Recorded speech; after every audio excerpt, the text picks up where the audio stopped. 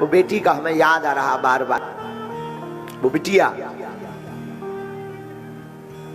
दिल्ली में श्रद्धा, एक विधर्मी दूसरे धर्म के व्यक्ति आफताब जिसका नाम था, उससे उसने प्रेम किया। और पता है क्या दुर्दशा हुई?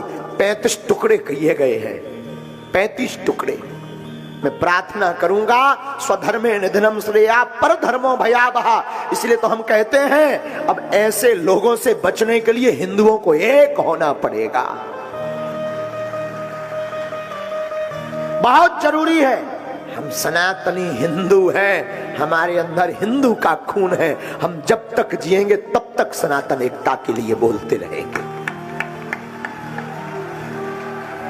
बुरा मत मानना, मैं यहां बैठे सब पागलों से कहूंगा, मुझे लौटकर दोबारा मां के गर्भ में नहीं जाना है, किसी को नहीं जाना है। लेकिन जब तक जिएंगे तब तक सनातन की बात करते थे, करते रहेंगे। और आफताब जैसे विरोधियों को, धर्म विरोधी जो मानवता के भी विरोधी हैं, ऐसे लोगों के खिलाफ हम जंग लड़ते थे, लड़ते हैं और लड़ते रहेंगे।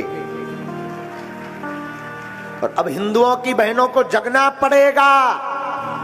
इन लोगों का एक सेकुलरिज्म है, एक फंडा है, भोली भाली हिंदुओं की बेटियों को प्रेम के चक्कर में फंसा करके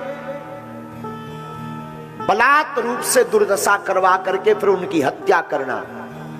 कितनों की नहीं हुई? ये कोई नया कांड नहीं है, कितनों की नहीं हुई?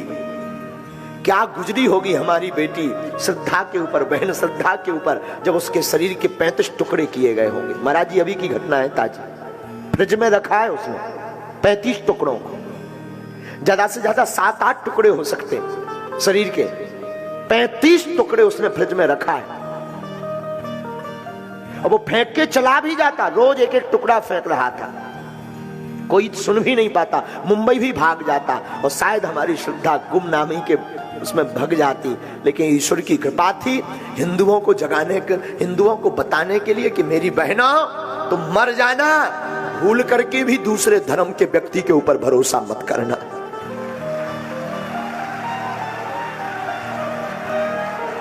हम किसी धर्म के विरोधी नहीं है, पर सनातन के कट्टर हैं। तुम विवाह करना भी तो सनातनी से प्रेम करना, कम से कम वो मस्तक पर तिलक और गले में माला लगाए हो, ऐसे सनातनी से प्रेम करना, विवाह करना।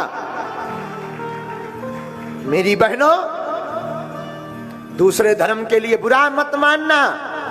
आज की कथा में मुझे बहुत, आज दरबार में इस बात के लिए बहुत आवेश आ रहा था। किसी को बुरा लगे तो क्षमा करना। भैया दूसरे धर्म का व्यक्ति रिफाइंड ऑयल, रिफाइंड के तेल में हाथ डाल दे, फिर तिल के बोरा में हाथ डाल दे, जितने हाथ में तिल छप जाए उतनी बार भी कोई सौगंध खाए तब भी एक तिल बराबर विश्वास मत करना। ये हम नहीं कहते हैं, ये हमारे वाक्य नहीं है, महाराणा प्रताप के वाक्य हैं। दूसरा व्यक्ति, दूसरे धर्म का व्यक्ति अगर तेल के कनिस्तर में हाथ बोरकर तिल के बोरा में, बोरी में हाथ डाल दे और जितना तिल हाथ में लग जाए उतने बार भी वो अपने बाप की सौगंध खाए तब भी तुम एक तिल बराबर उस पर भरोसा मत करना, मत करना, मत करना।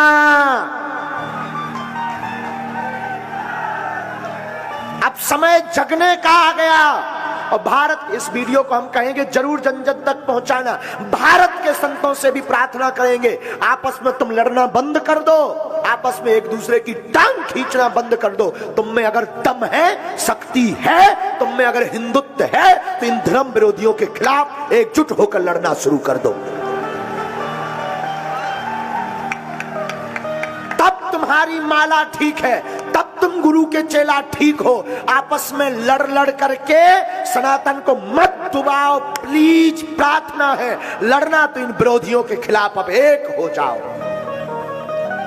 अब समय